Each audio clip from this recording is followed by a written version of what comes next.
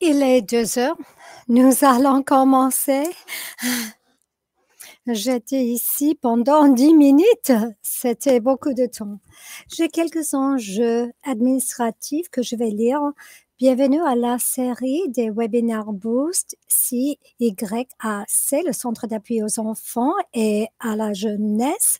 Je m'appelle Nolan Pike et bon, pour ceux qui veulent écouter la présentation en français, cliquez sur le mot Flore en bas à gauche et choisissez français. Pour suivre la présentation PowerPoint en anglais, cliquez sur le mot présentation en haut à la gauche de l'écran. Pour suivre la présentation en français, téléchargez la présentation en français en cliquant sur le mot document à droite. N'hésitez pas à télécharger les présentations dans les deux langues en cliquant sur anglais et français sur l'écran le mot document. Il y aura une foire aux questions pendant les dernières 5 minutes pour poser votre question. Écrivez votre question sur le clavardage à droite et vous pouvez soumettre votre question à n'importe quel moment.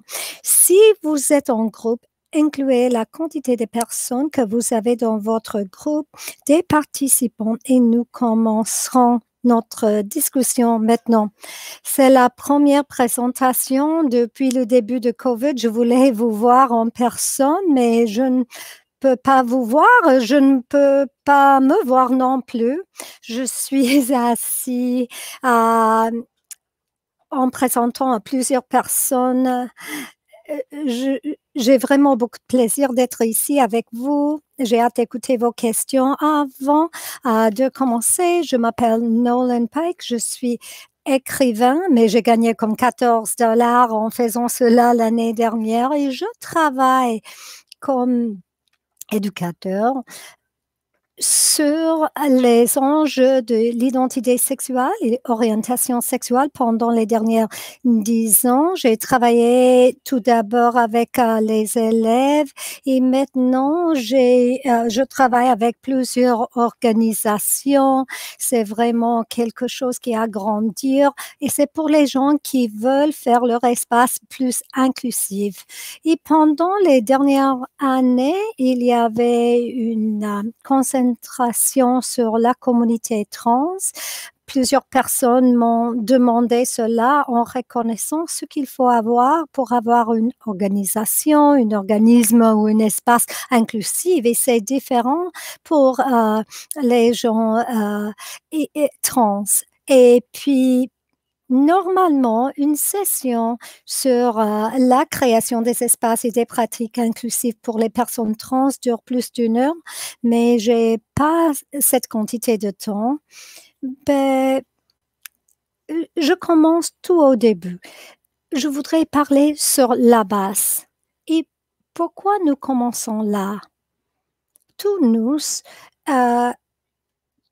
autres, n'importe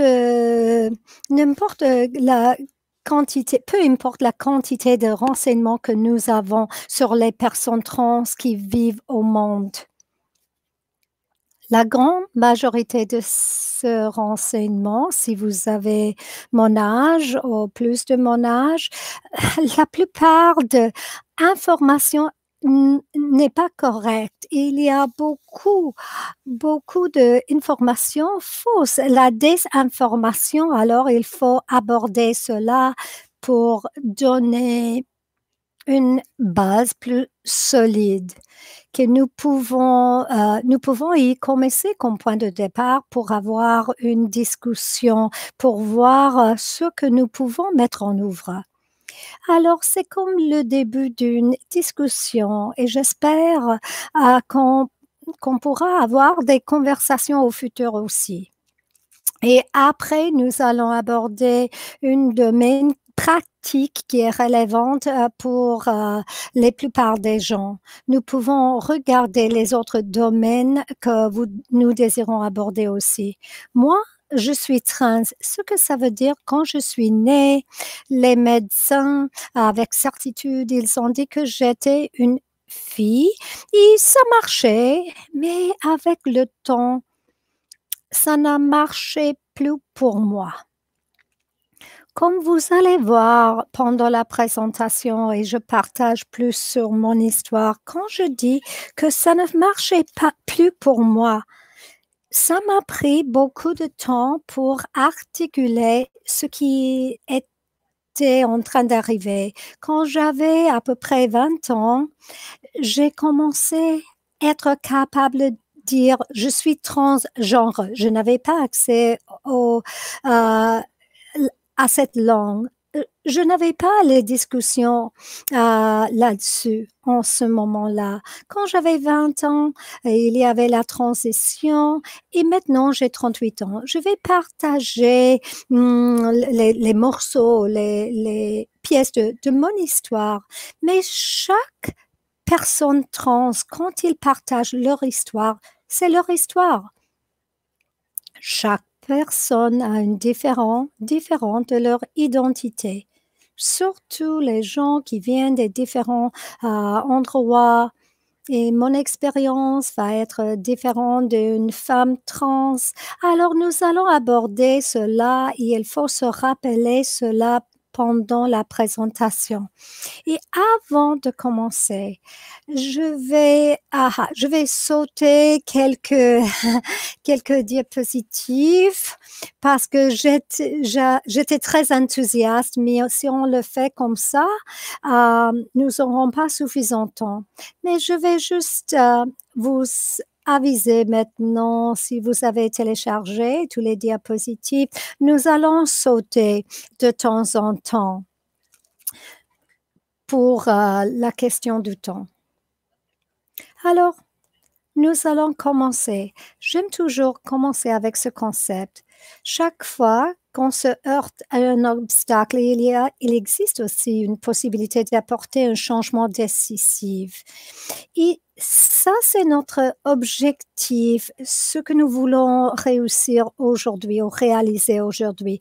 Nous pouvons commencer à penser quels sont les obstacles pour les gens transgenres que nous ne pouvons pas voir si nous, on n'est pas transgenre. Et quelque chose qui peut paraître comme un petit obstacle, ça peut être massif.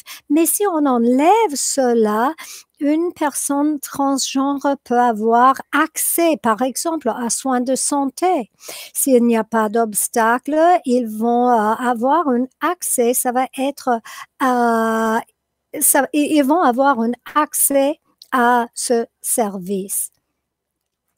Ça peut paraître pour nous parfois, si nous ne sommes pas trans, que c'est un petit obstacle, mais cela peut avoir un grand impact. Mais je voudrais séparer deux mots, deux termes, parce que nous abordons cela en parlant de LGBTQ, de S, et il y a tout un groupe de différentes identités, parce que nous partageons beaucoup avec les droits de l'homme. Mais avec cela, avec cette idée, il y a plusieurs choses.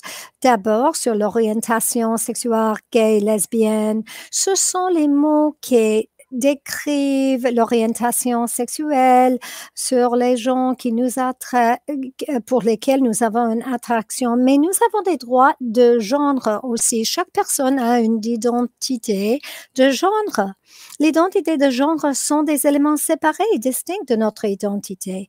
Nous n'allons pas aborder l'orientation sexuelle.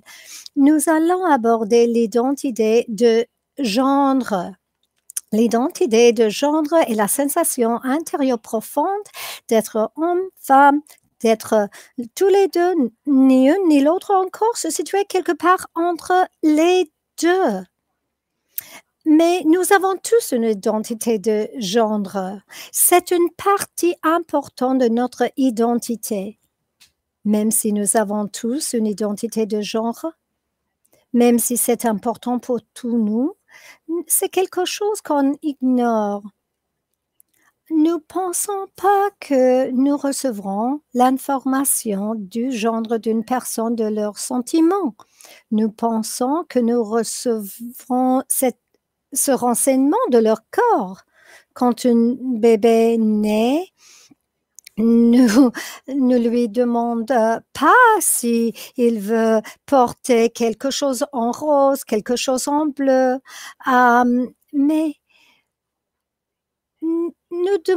ne posez pas la question au bébé. Nous ne pouvons pas poser la question au bébé. Au lieu, ce que nous faisons, nous regardons le corps du bébé. Ah, voici, nous avons une fille, nous avons un garçon.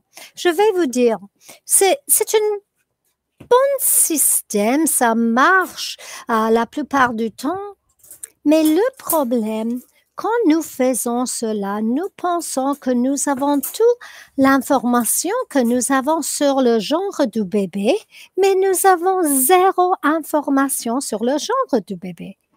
En fait, parce que nous ne pouvons pas savoir comment une personne se sent quand on regarde cette personne.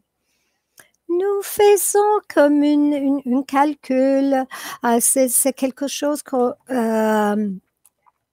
normalement, quand on devine cela, on suppose, normalement, c'est correct que la personne que nous avons déclarée comme garçon est un garçon. Normalement, c'est comme ça quand on devine. Du moment que nous déclarons c'est un garçon, il y a plusieurs choses qui vont arriver toute la journée qui vont envoyer à ce garçon un message. Quand nous avons le message correct, je vois, j'affirme, c'est une partie très importante de votre identité. Tout le temps, chaque moment, je vous vois, je vous vois, je vous vois. Et cela va se sentir bien pour un jour, pour ce garçon, mais il ne va pas se rendre compte. Cette affirmation de cette partie tellement importante de notre identité. Le problème, quand nous n'avons pas le message correct, alors le mot transgenre se dit d'une personne dont l'identité de genre ne correspond pas au genre que lui a été assigné à la naissance. Au cas d'une personne transgenre, chaque jour, des centaines de fois par jour, à partir du moment où vous êtes né, vous allez recevoir ce message, mais je n'affirme pas cette partie de votre identité. Et cela crée du stress, de la douleur, et plus que cela dure, c'est plus difficile, douloureux. Mais quand quelqu'un a dit non, non, non, non, non, oh, il y a quelque chose qui n'est pas correct, ils peuvent interrompre ce message, tant mieux. Alors, quand cela dure, ça crée plus de douleur. Alors, pourquoi nous commençons ici? Il faudra comprendre, c'est un des obstacles plus grands que des obstacles confrontés par les personnes trans, parce que avec cela, il y a la charge que la société, d'une manière ou l'autre, les personnes importantes vous dit, vous vous transmet un message. Mais si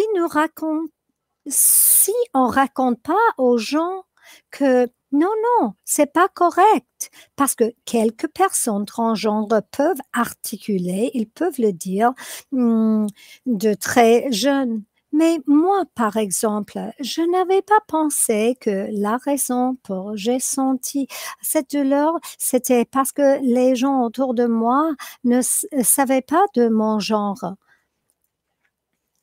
Alors, cela va être une expérience différente pour chaque personne, mais pour cela, c'est très important d'aborder cet enjeu, y compris les jeunes. Même en disant, nous pensons, nous allons assumer que vous êtes un garçon et ça marche. Et si vous vous sentez comme ça, nous pouvons aborder ce thème. Alors, ça peut être difficile pour quelques personnes à articuler ce qu'il se sent. Alors, c'est un des obstacles plus grands qui expérimentent les personnes trans. Et il y a un autre obstacle très important que j'appelle l'optique étroite. Vous pouvez imaginer, il y a une grande, riche expérience des personnes trans. Il y a tellement de personnes trans. Nous avons tous les différentes expériences, les différentes manières pour exprimer comment on se sent.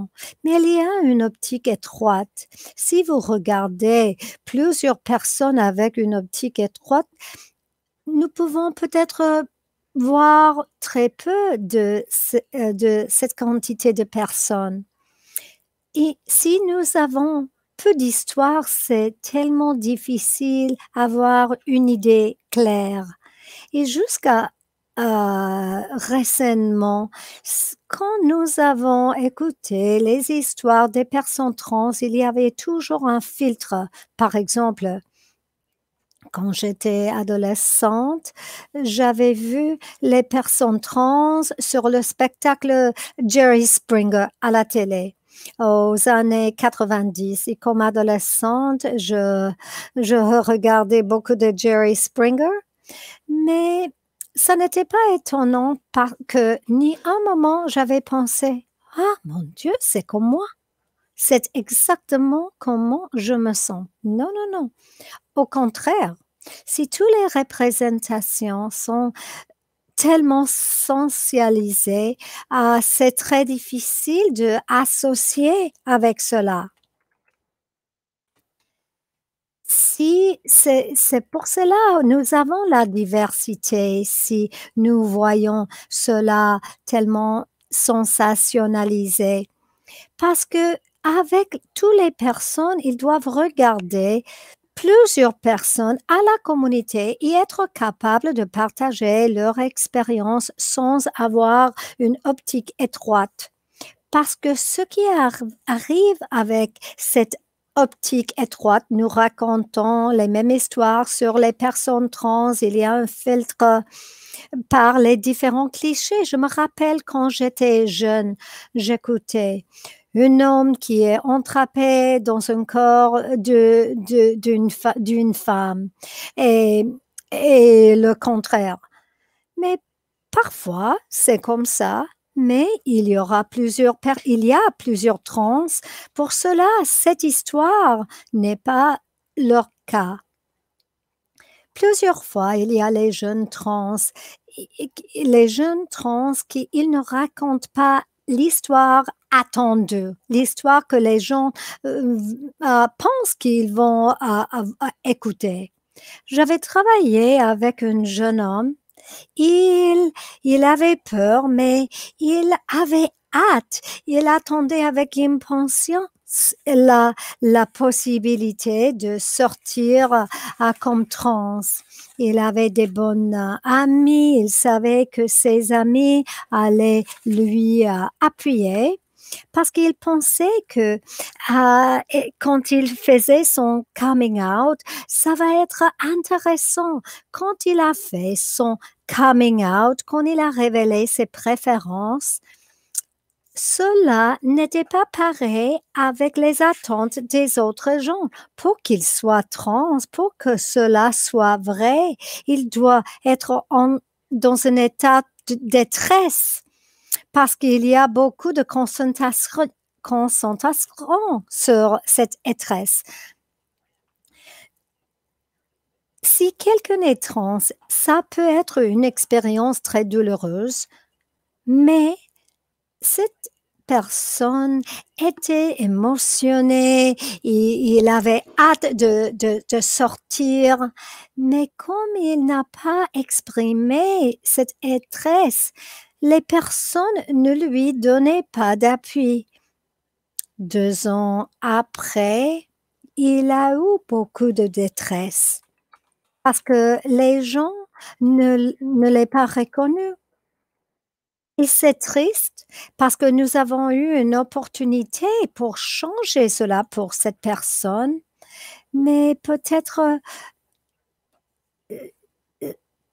cette détresse a dû être là pour voir que cette personne a été trans. Mais nous voulons créer les espaces pour que les personnes trans peuvent partager leur propre histoire, pour avoir un espace pour raconter leur histoire. Alors, cela va ouvrir l'optique étroite.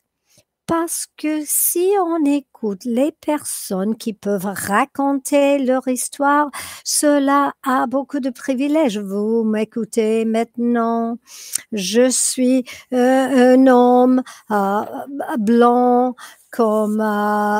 j'ai beaucoup de privilèges comme homme. Et mon expérience va être comme un colon blanc sur cette terre, va être très différente par rapport aux expériences des autres personnes, d'une femme trans, des personnes non binaires et les gens qui se sont les différentes formes d'oppression. Il faut trouver les ressources, il faut créer un espace pour tous les différents types de voix trans pour éloigner cette optique étroite. Mais je voudrais aborder un peu l'idée de stigmatisation. Parce que avec l'optique étroite, il y a les histoires racontées qui a créé une stigmatisation. Il y a quelqu'un, nous avons diagnostiqué les gens comme troubles d'identité de genre. Ça n'existe plus. Ça n'existe plus comme diagnostiquer les gens comme homosexuels. Mais récemment, dans un sondage, 24% des Canadiennes et 32% des Américains croient que les personnes transgenres ont une maladie mentale quelconque. Et 28 des Canadiennes et 41% des Américains craignaient d'exposer des enfants à la pression des personnes transgenres. Vous pouvez imaginer, sans écouter trop de détails, mais vous pouvez imaginer l'impact sur les gens trans quand il y a la stigmatisation sur l'identité de genre. Cela a été retiré de DSM en 2012. Il n'y a pas de trouble être trans. Être trans, c'est quelque chose de formidable comme partie de l'identité humaine, mais il y a un peu de confusion parce que au DSM, le livre de diagnostic, il y a dysphorie du genre. Dysphorie de genre, c'est une forme aiguë de détresse qui est très commune pour les gens trans. Mais les personnes reconnaissent être trans au monde peuvent être quelque chose de très difficile. Quand ils éprouvent souvent les lieux qui ne reconnaissent et ne respectent pas leur identité, cela peut préparer une dysphorie. Mais les pratiques et les espaces inclusifs pour les personnes trans réduisent la dysphorie. Alors, quelqu'un entre dans un espace de travail, le moins de dysphorie, il y aura une meilleure satisfaction avec leur travail. Mais si quelqu'un va à l'école et s'il y a beaucoup de dysphorie, ils vont pas réussir à l'école. Mais moins de dysphorie, meilleure santé, pas de question. Et cela doit nous motiver parce que nous allons parler sur les pas actifs, les démarches actives que nous pouvons prendre.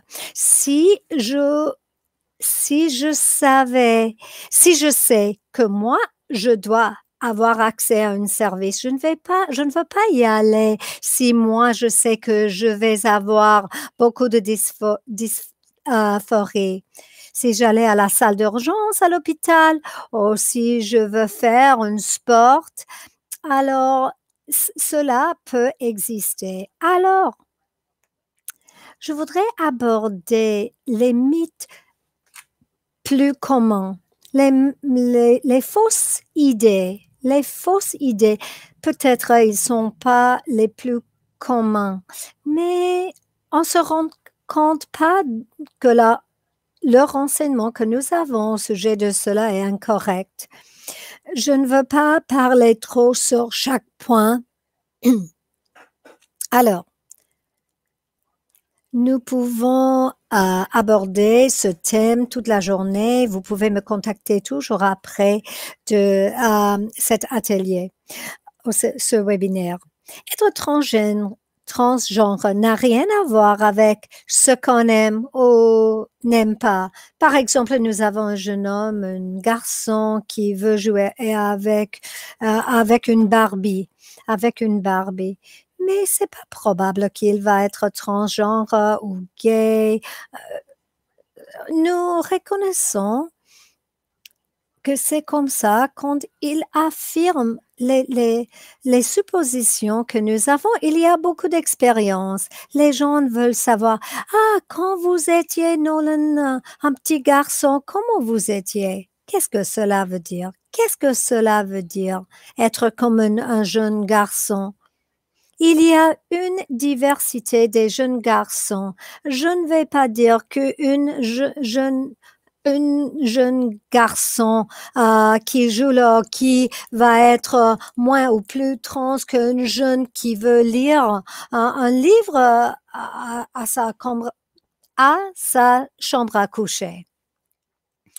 Mais moi, j'adorais mon uniforme de baseball et c'était pas une bonne idée de le faire, peu importe votre genre d'identité. Moi, j'étais obsessionnée avec Snow White et j'ai reçu une boîte de porcelaine sur Snow White quand j'étais très jeune. Alors, il ne faut pas le lier trop à l'identité quand on pense. Comme un homme blanc, trans, je ne vais pas franchement être intéressée par l'hockey ou les camions. Les personnes aiment les choses, peu importe leur genre. Et être transgenre n'a rien à voir non plus avec les vêtements qu'on porte. Nous aimons les choses, nous aimons pas des choses. Nous avons tous des préférences pour les vêtements qu'on utilise. Alors, c'est pas étonnant ces jours-ci si une femme entre à la salle et elle utilise les pantalons. Mais quand les personnes trans ne veulent pas exprimer leur genre de manière qui conforme, nous pensons que les gens vont se conformer à la société. Et nous avons les personnes trans qui n'identifient pas ni comme femmes ni comme hommes. Les gens, tous les genres, les gens trans, les gens qui sont pas trans peuvent exprimer leur genre par plusieurs choses, y compris les vêtements qu'on porte. Et être transgenre n'a rien à voir avec l'orientation sexuelle, parce que les gens pensent que c'est une extension de l'orientation sexuelle. Si quelqu'un se sent une attraction à quelqu'un du même genre et alors leur relation va être hétérosexuelle, est-ce que c'est comme ça? Ça ne marche pas comme ça. Nous avons tous une orientation sexuelle et tous un genre d'identité. Ils peuvent avoir les différentes combinaisons. Un homme trans comme moi peut être bisexuel, asexuel, hétérosexuel, bisexuel. Et pourquoi il y a tellement de confusion là-dessus? Parce que si nous venons d'une perspective hétéro, un monde sexiste, nous voyons l'hétérosexualité comme le défaut. Et nous voulons se conformer à une certaine standard. Il n'y a rien abnormal d'être gay, d'être lesbienne. Ça peut, ces groupes peuvent être les minorités sexuelles, mais nous pensons qu'une personne, par exemple, une femme trans qui était assignée comme homme à la naissance, mais est une femme, nous pensons être femme, ça veut dire qu'il faut se sentir attiré par les femmes. Alors, plusieurs lesbiennes ne vont pas aborder cela, mais bon, je sais que vous pouvez être un peu confus par cela, mais pour organiser tout cela, tout le monde a une, toute une gamme d'orientation, des préférences sexuelles. Une personne qui ont des différentes caractéristiques de personnalité n'est pas affectée par le fait d'être trans. Alors, le dernier mythe que je voudrais aborder, c'est quelque chose qui existe partout. Nous parlons beaucoup avec les personnes trans. Nous parlons sur eux comme cette personne est une chose et cette personne voudrait être autre chose. Alors, une enseignante peut me dire, ah oui, j'ai une fille dans ma classe et bon, elle veut être un garçon. Mais quand on voit cette expérience dans cette manière, non, non, non, c'est échoué. C'est une déconnexion avec ce qui est une personne et ce que les personnes peuvent voir. C'est pas le fait que cet élève a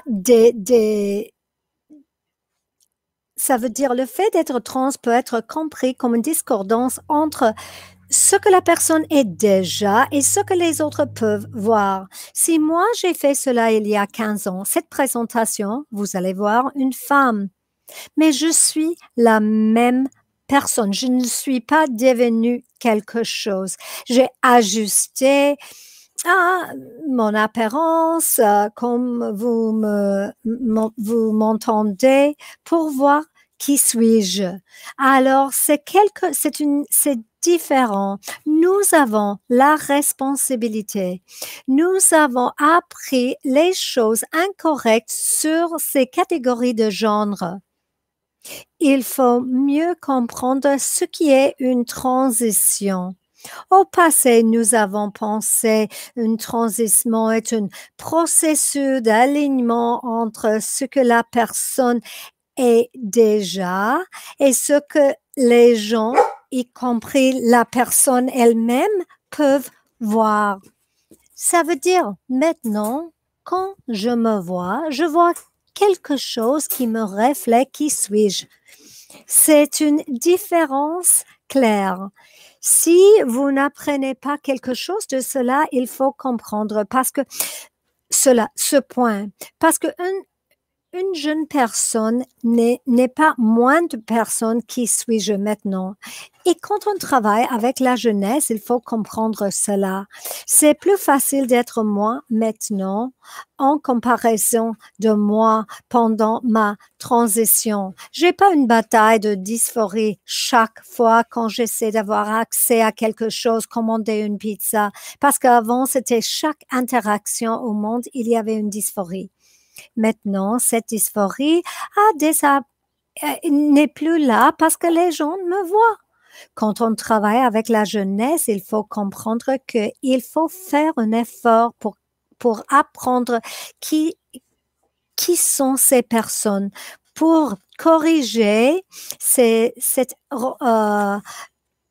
la désinformation que nous avons. C'est clé aussi de se rappeler que quand nous parlons de genre, nous parlons de genre dans une manière très binaire. Nous avons un homme, nous avons une femme. C'est tellement commun. C'est littéralement impossible à rencontrer cette conception qui existe chaque fois par jour. Mesdames, messieurs, par exemple, comme enseignante, madame, monsieur, il y a plusieurs manières de définir genre. Nous reconnaissons pas l'idée que genre, c'est pas quelque chose de simple. Il y a les personnes qui se trouvent dehors de cela. Il y a les différents mots, les différentes expériences. Il y a les gens qui utilisent les mots non binaires à genre queer, genre fluide. Mais chez une personne non binaire, cela peut créer des sentiments d'effacement et de dysphorie. Il est important de se rappeler que des notions de genre non binaire ont existé au cours de l'histoire et subsistent encore dans plusieurs cultures. Comme personne trans qui s'identifie comme homme, je ne vais pas se sentir dysphorie quand quelqu'un m'appelle avec le genre équivoqué. Mais si le contraire arrive, ils peuvent se sentir la dysphorie quand nous abordons le thème de genre dans une manière tellement binaire. C'est important de se rappeler que ces conceptions non binaires ont existé et on subsiste encore dans plusieurs cultures. Il y a l'évidence que les gens ont eu les identités non binaires pendant beaucoup de temps. Il y a des records depuis le début de l'histoire des personnes. C'est important de comprendre que les identités non binaires étaient quelque chose partout ici avant d'avoir une compréhension non binaire.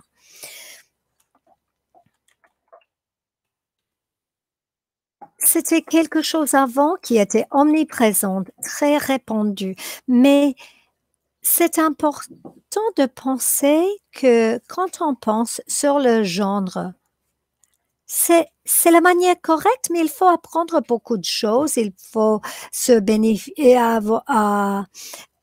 il faut voir les autres modèles, les autres manières pour aborder les différents thèmes d'identité. Il y a plusieurs types de raisons pour ouvrir ce qu'on pense sur les genres.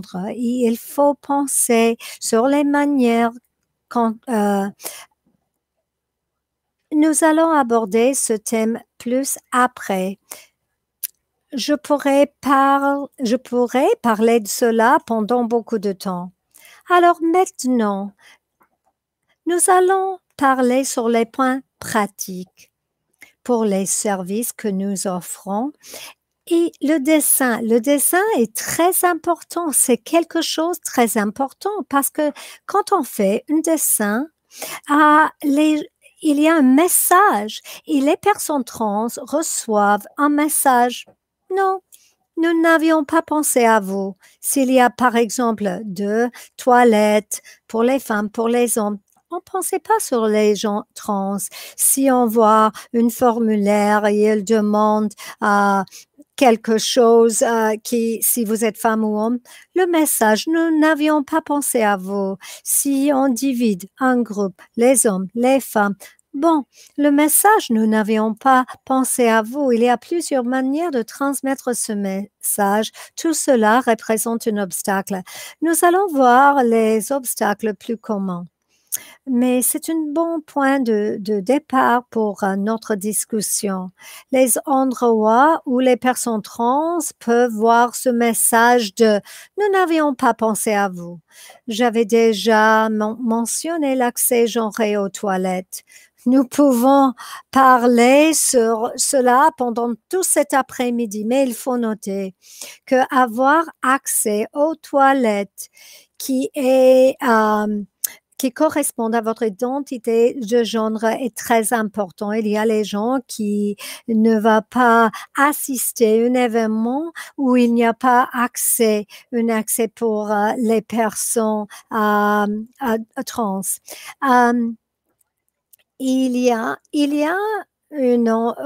avait une étude pour qu'une personne trans n'assistait pas à une toilette non genrée. Mais peut-être pendant Covid, cela n'est pas toujours ce qu'il faut faire, aller aux toilettes, mais pendant un mois, c'est difficile. L'accès pour les toilettes est plus inclusif. Depuis 5 ans, mais il y a 10 ans, c'était tellement difficile de trouver une toilette non genrée. Langage genré. Il y a tout type de langage. Nous avons les différents pronoms, les différents mots. Nous utilisons un langage et cela genré et cela crée un obstacle. Manque de sensibilisation.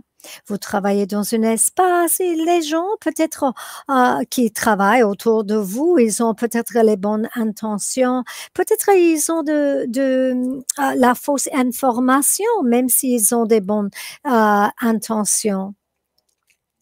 L'éducation est très importante quand on parle sur les enjeux, sur l'oppression, l'éducation. L'éducation est la première démarche pour identifier, pour aborder ces enjeux. Stéréotypes et suppositions liées au sexe. J'ai pensé sur quelque chose quand j'ai parlé avec les élèves sur les stéréotypes genrés. Quand vous prenez l'homophobie, la discrimination contre les gens homosexuels et vous pensez sur la discrimination contre les personnes trans, il y a les différents niveaux. La pensée qu'il y a une manière correcte pour être un certain genre. Il faut noter que ces stéréotypes, ces suppositions qui sont omniprésentes, nous parlons, oh, les hommes sont comme ça, les femmes sont comme ça. Quand on fait cela, c'est un moment que vous ne pensez pas, nous parlons de manière très binaire quand on parle sur ces stéréotypes. Et si on fait cela, nous créons un espace stéréotypique et cela n'est pas que pour les personnes trans, mais les personnes de genre non conforme. Au n'importe quel niveau, qui a un genre qui est dehors de ces stéréotypes, ces attentes, la visibilité. Peut-être nous avons travaillé pour faire nos espaces inclusifs pour les personnes trans, mais c'est possible qu'une personne trans ne se sent pas à l'aise, il faut noter. Après 3-8 ans, j'avais plusieurs situations défiantes avec les différents services. Alors, après plusieurs ans, vous pensant que cela peut être le cas, vous attendez cela. S'il y a une situation de quelque chose vulnérable, j'entre dans cet espace déjà préoccupé. Quand quelqu'un dit à l'idée, vous pensez à moi, vous pensez à moi. Bon, alors je vais me sentir un peu plus relâchée et je peux faire un plaidoyer, je peux me défendre. Une fois, je suis allée à un espace, ils ont eu une signe là, s'il y a un nom et un pronom que vous désirez que nous utilisons pour vous, dites-nous. Alors, quand je passe par exemple ma carte de santé, ça peut être un nom écrit que je ne veux pas. Je ne veux pas que les gens me dirigent avec ce nom, ce pronom. Je voudrais être capable de dire Pourriez-vous ne me pas utiliser le nom sur ma carte d'identité? Appelez-moi Nolan. Et ça peut être très difficile de défendre ce point de vue. Je fais cela. Cela est mon travail et parfois je me sens pas à l'aise en demandant cela. Un des obstacles qui peut exister, c'est langage et pratique qui effacent l'expérience non binaire. Si nous parlons du genre de manière binaire, nous effaçons les personnes non binaires et les programmes et les différents programmes genrés. Il faut que ça soit trans-inclusif. Nous pouvons pas aborder ce thème, mais si ce thème est intéressant pour vous parce que vous avez un espace genré, vous offrez la programmation genrée, vous pouvez me contacter pour parler sur ces enjeux. Mais il faut noter que chaque fois qu'on dit « Oh, cela va être pour les garçons, cela pour les jeunes filles », alors il y aura les obstacles pour tous les deux et pour les gens non binaires.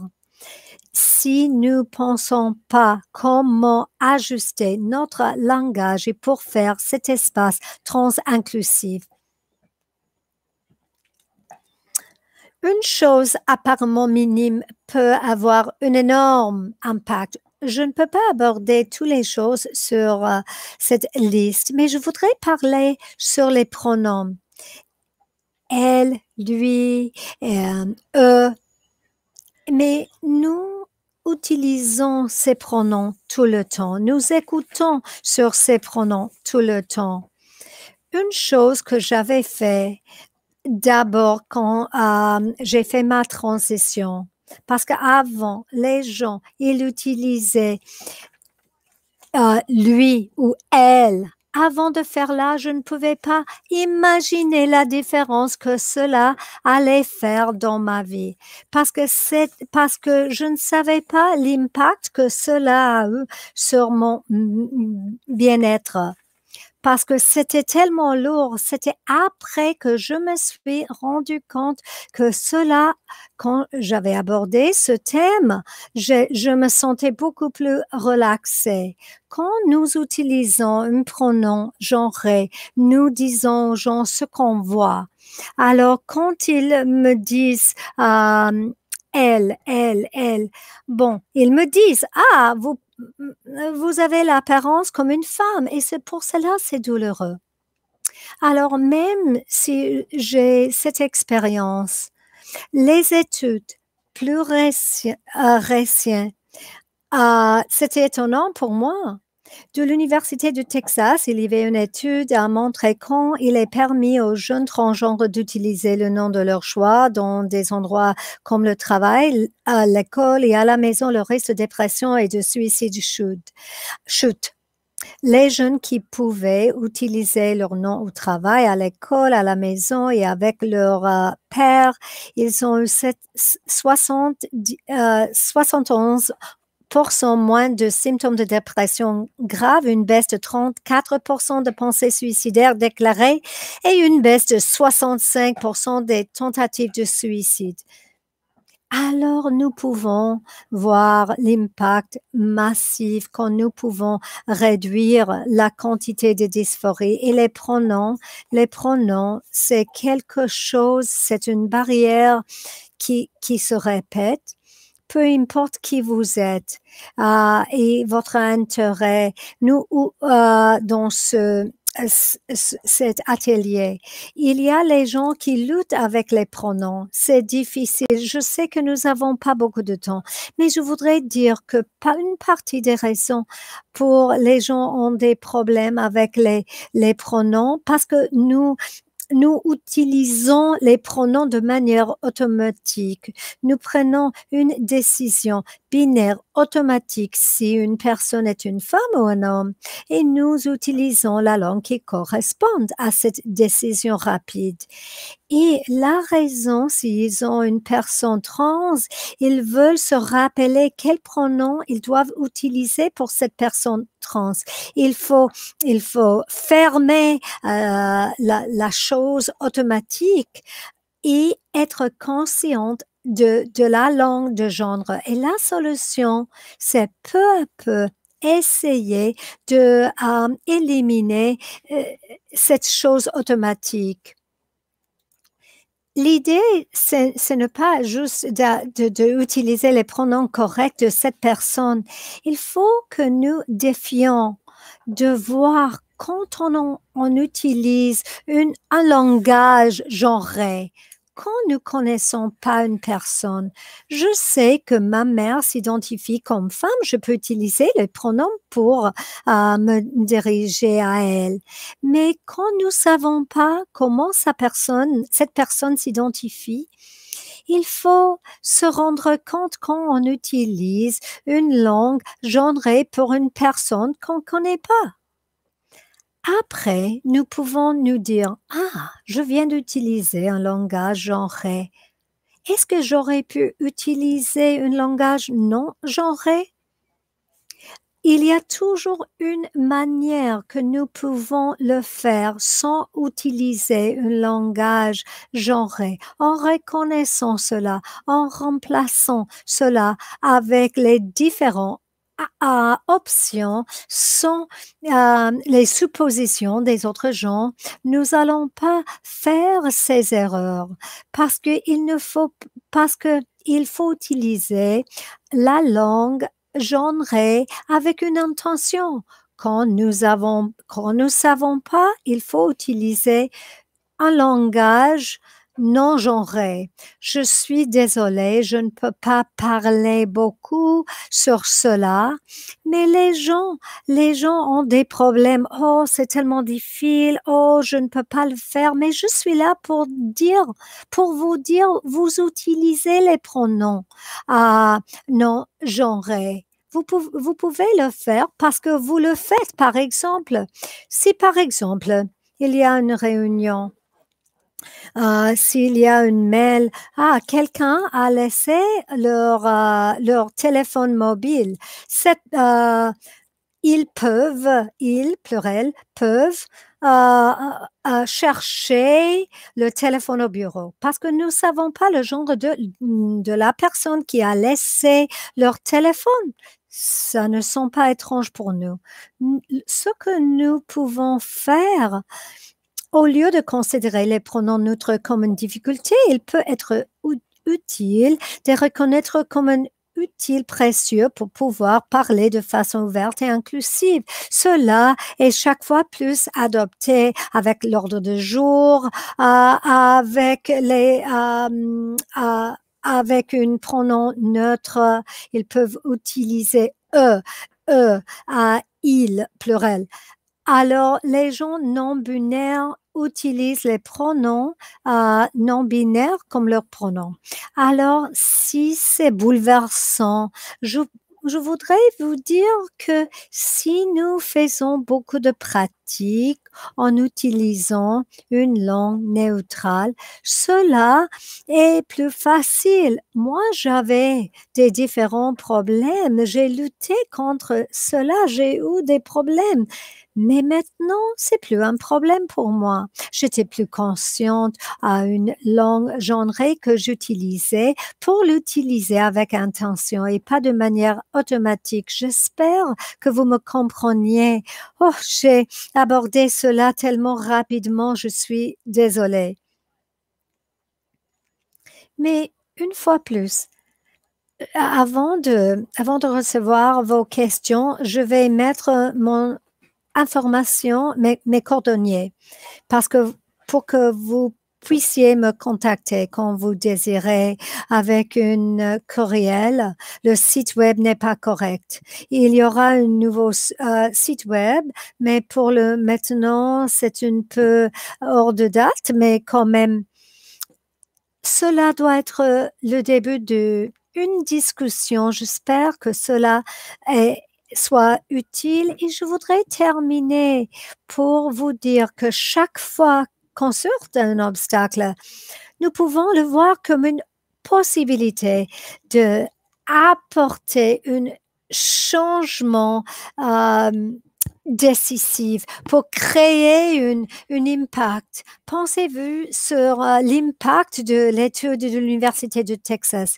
Si les personnes utilisent un nom qui correspond à leur identité de genre pour avoir accès, par exemple, à un service, cela peut être tellement bien parce que les personnes trans avant, par exemple, ne voulaient pas avoir la dysphorie. Si nous pouvons débarrasser de ces obstacles, cela peut avoir un grand impact aux écoles. Les écoles essaient d'être plus trans-inclusives. Je vois les jeunes qui me disent, la jeunesse qui me dit, non, j'adore être à l'école parce qu'ils ont fait le changement. Moi, j'ai quitté l'école, j'ai terminé mes études en 1999. Si, et maintenant, 21 ans plus tard, vous me dites ça, waouh, la raison pour laquelle cela est arrivé, peut-être ces gens vivent aux circonstances que l'école c'est le seul endroit qui reconnaissent leur identité. L'école peut être un endroit où ils sont plus contents et cela est quelque chose tellement important pour réduire la dysphorie. Maintenant, je vais je vais voir vos questions. Je vais terminer de partager mon écran. Voilà, je peux voir mes cheveux. Ah, bon, j'ai beaucoup de messages ici. Alors, il y a plusieurs questions ici. Je vais juste regarder rapidement.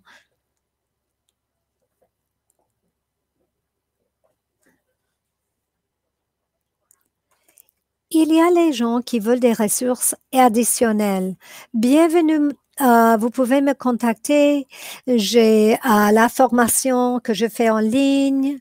Il y a plusieurs ressources, sites web, livres. Si vous voulez des ressources plus spécifiques, envoyez-moi nolan.workshops@gmail.com. Je peux vous trouver des ressources. Merci pour vos compliments. Oui, il y a une gravation de cela. Vous pouvez le voir sur le site web YouTube. Les gens veulent savoir s'il y a des autres vidéos. Oui, j'ai toute une série, tout un programme de formation si les gens veulent cela. Je vais juste voir s'il y a quelques questions spécifiques. Parce que sinon, je peux aborder quelque chose. Il ne reste que 3 minutes. Il y a une personne qui a demandé s'il y a les autres manières visibles pour rendre les espaces plus inclusifs. Quelque chose, comme je vous avais dit, de mettre le signe sur le bureau. Non, le panneau ou la pancarte sur le bureau. Il y a aussi le drapeau trans que vous pouvez trouver aux librairies indépendantes.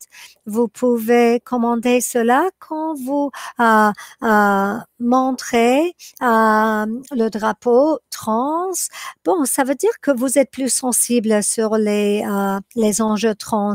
Mais si vous allez montrer cela, il faut faire le devoir pour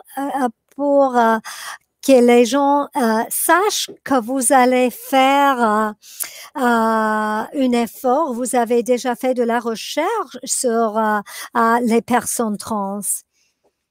Bon, sur les pronoms, il y avait une question sur les pronoms. Je pense que la meilleure chose que vous pouvez faire, que vous pouvez créer une situation quand la personne se sent en sécurité pour vous demander. Par exemple, dans un endroit public, au comptoir, si vous demandez, par exemple, le genre, le pronom de la personne, il y a quelqu'un dans la file, peut-être c'est un peu difficile, mais vous pouvez toujours mettre la pancarte. Il faut reconnaître que ce panneau peut être une meilleure idée. Alors, assurer qu'il y avait la compassion de ne pas demander devant les autres parce que les gens peuvent se sentir mal à l'aise, parce que je ne suis pas prêt à partager. Maintenant, je dois vous raconter quelque chose. Alors, si vous avez plus de questions, vous pouvez me contacter. Merci à tous pour être ici. Et j'apprécie beaucoup que vous soyez ici pour cette formation. Vous pouvez me contacter et je vais vous répondre. Merci beaucoup et bonne journée.